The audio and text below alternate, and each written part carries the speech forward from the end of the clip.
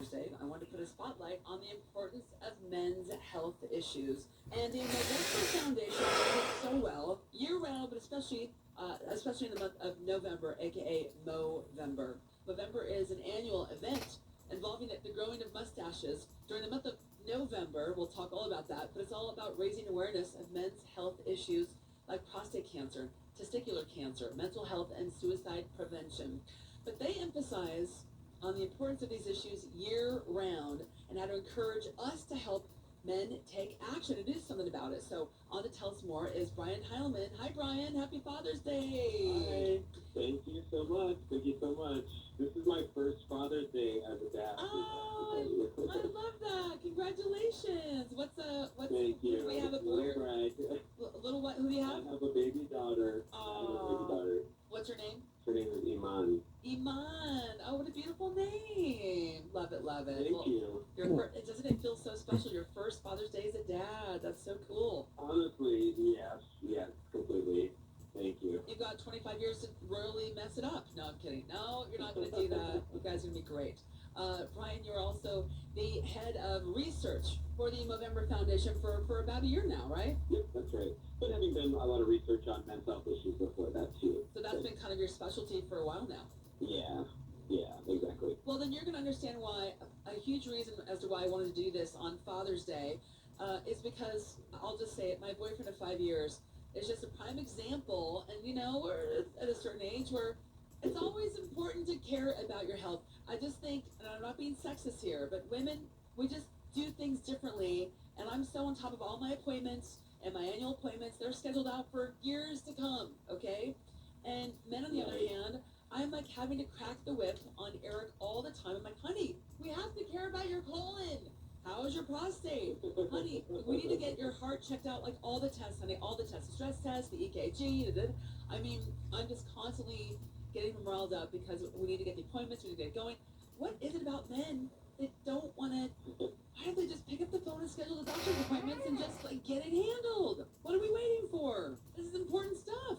I mean, I think maybe, I don't know Eric personally, but I think maybe I could go a little bit easier on him than some of the men out there listening. But you're definitely right. There is a trend where guys may be a little bit more reticent to go to the doctor, to seek help, to really, be able to admit that, hey, I might need some help. And there's a lot of reasons for that, right? Like, growing up, the generation I did, you always heard these messages in society from your dad, from your coaches, from whoever, that, tough it up, shake it off.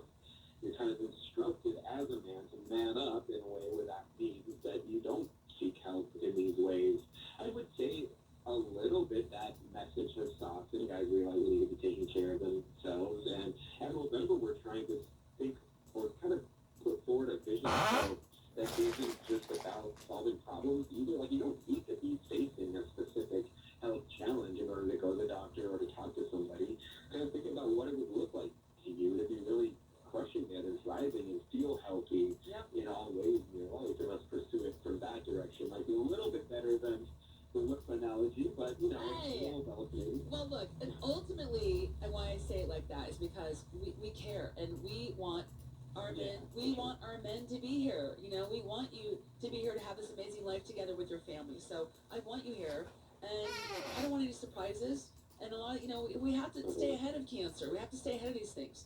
So that's why it's important to talk about it. It's important to schedule your doctor's appointments, and that's why I hammer him until they're all getting scheduled. This is the year.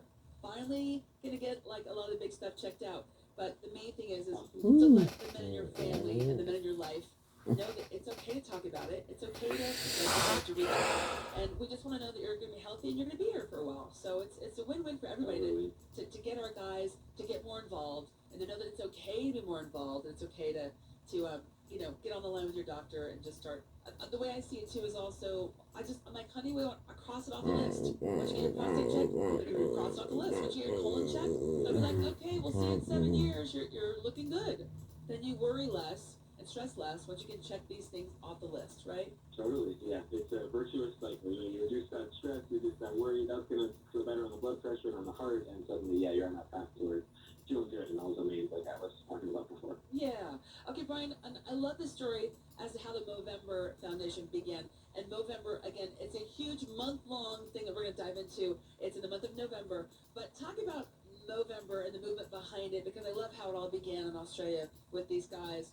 I love this story and like wow, so proud of them that what they started so many years ago has become a movement. Movember has become a movement. It's been great to watch over the years. That's right.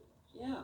Totally, yeah. So, like, it seems like you know the story well. It's a group of friends in Melbourne, Australia. I like to imagine them, walking in from the ocean, holding their surfboards in a very like Aussie kind of scene. Yeah. But talking with each other about health, but also where it landed on was this kind of prank, really, that they challenged or dared each other to grow a mustache for the month of November. And this was a time for this particular group of guys where maybe the mustache was not the most resurgently fashionable facial hair as it is at the moment. Yeah. And so obviously by growing alopecia hair that they had never really done before, it prompted conversations. Their friends, their family, their coworkers, whoever was saying like, hang on a sec, what's with this thing on your lip?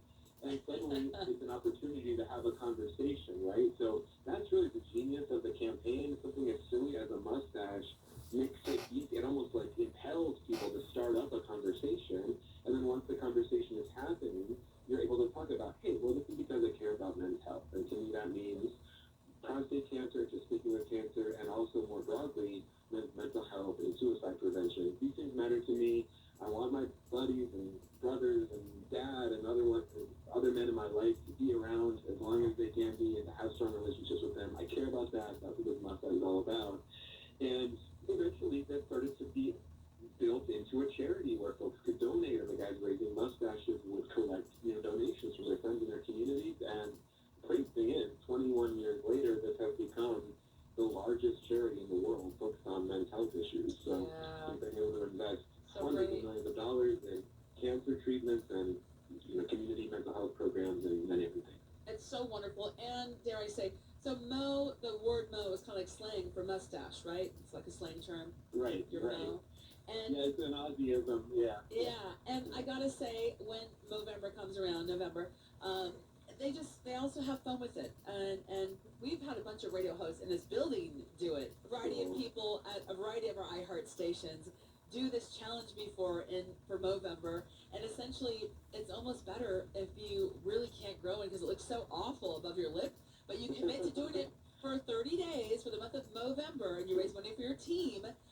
But like you said, like what is on your lip? What are you trying to grow? Oh gosh! But that you're doing it, and you really have to hold out for all 30 days. And the fact that you do that shows your commitment, and also that you're not taking, it's okay to poke a little fun at yourself because you're doing it for a very important reason.